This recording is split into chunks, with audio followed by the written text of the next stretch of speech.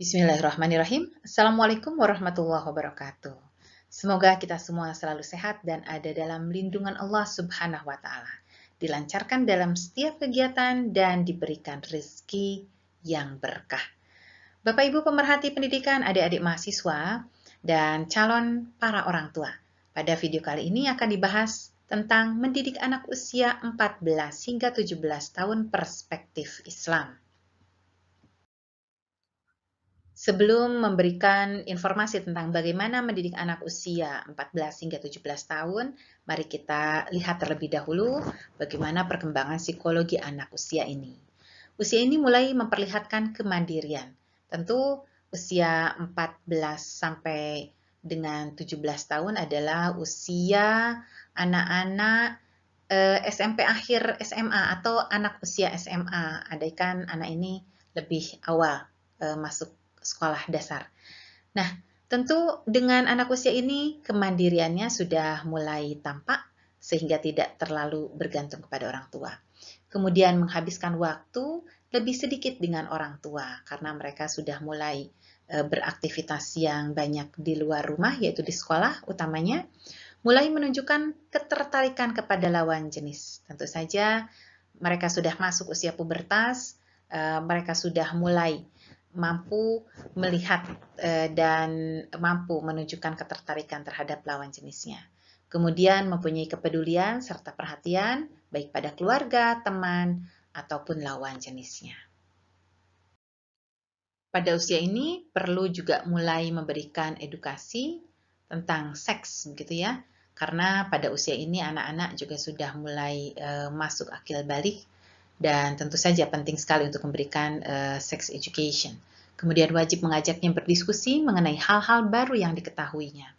Perubahan suasana hati yang tidak menentu, yaitu adanya krisis kepercayaan diri, identitas diri atau jati diri. Pada usia ini tentu anak-anak sedang mencari model, contoh, idola yang memang akan menjadi panutan mereka. Kemudian sudah memikirkan masa depan dan tujuan hidup, mandiri dan membuat keputusan untuk diri sendiri.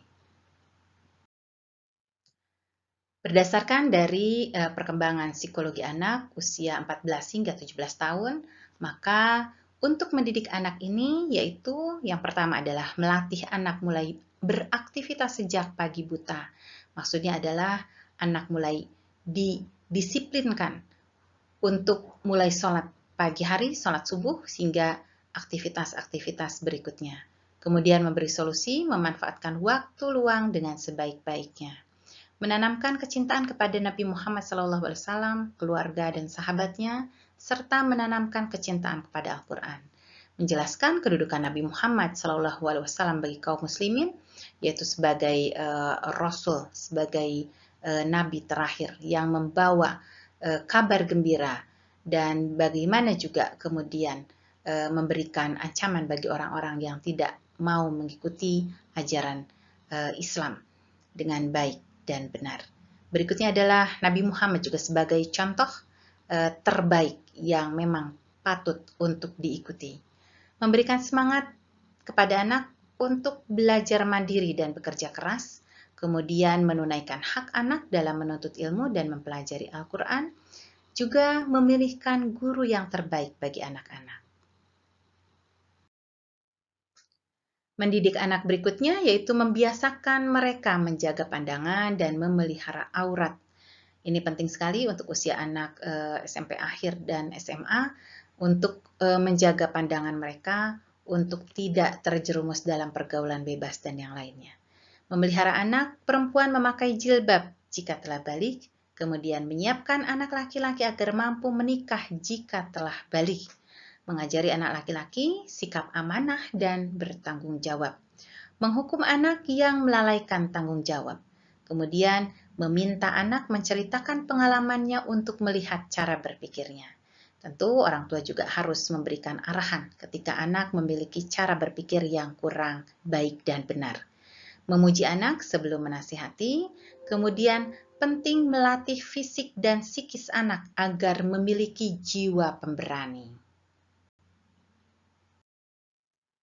Mendidik anak usia 14 hingga 17 tahun berikutnya adalah menganjurkan anak untuk mempelajari beragam bahasa. Dengan beragam bahasa inilah mereka ketika bersosialisasi dengan orang lain, dengan beragam suku, daerah, bangsa, mereka akan tetap mampu menjalin komunikasi yang baik. Kemudian mengajari anak baca tulis dan memberikan pemahaman beragam pengetahuan. Mengajari anak etika dan berbakti kepada orang tua, menjelaskan bahwa ada hak orang tua dari diri dan harta anak. Kemudian melepas kepergian anak yang berhaji, belajar, atau bekerja dengan doa. Mengingatkan anak kepada Allah saat sempit maupun saat lapang.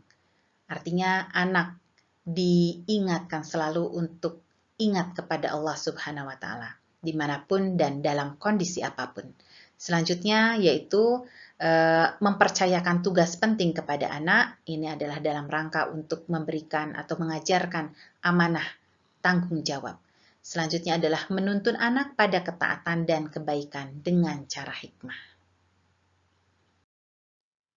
Para orang tua yang berbahagia, tentu ketika kita mulai mempersiapkan berkeluarga, mempersiapkan bahwa kita satu saat ketika berkeluarga, ketika Allah berkehendak, kita akan diberikan amanah yaitu anak, maka penting sekali untuk mengetahui bagaimana cara mendidik anak hingga mereka dewasa. Dengan pendidikan yang baik dan tepat tentu akan menghantarkan anak-anak menjadi anak-anak yang beriman, bertakwa, memiliki fisik yang sehat, yang kuat, dan kemudian memiliki keterampilan yang baik dan pengetahuan yang luas. Generasi inilah yang kemudian disebut dengan generasi yang lebih baik untuk mampu menjadi individu yang baik dan memimpin dengan cara yang lebih baik. Generasi inilah yang akan menghantarkan keluarga, masyarakat, bangsa, dan negara menjadi negara yang lebih maju. Terima kasih. Wassalamualaikum warahmatullahi wabarakatuh.